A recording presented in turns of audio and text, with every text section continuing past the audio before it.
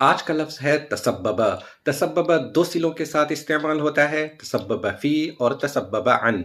तसब्बबा फ़ी का मतलब होता है किसी चीज़ का सबब होना, किसी चीज़ का बाइस होना, और तसब्बबा अन का मतलब होता है किसी चीज़ का नतीजा होना। जैसे अंग्रेज़ी में रिज़ल्ट इन का मतलब होता है किसी चीज़ का सबब होना, और रिज़ल्ट फ्रॉम का मतलब होता है किसी चीज़ का नतीजा होना। जैसे कहें कि तसब्बबल मर्ज़ु अनिल बरदी, तो इसका मतलब होगा कि बीमारी ठंड का नतीजा है। और अगर कहें कि तसब्बबल बरदु फिल मरज़ी, तो इसका मतलब होगा कि ठंड बीमारी का सबब है। या ये कहें कि यतसब्बबु तवत्तुरु अन इद्दति अवामिल, तो इसका मतलब होगा कि तनाव कई अवामिल का नतीजा है। या ये कहें कि ततसब्बबु इद्दतु अवामिल फि तवत्तुरी, तो इसका मतलब होगा कि कई अवामिल तनाव का सबब बनते हैं। तो तसब्बबा दोनों सिले के साथ इस्तेमाल होता है।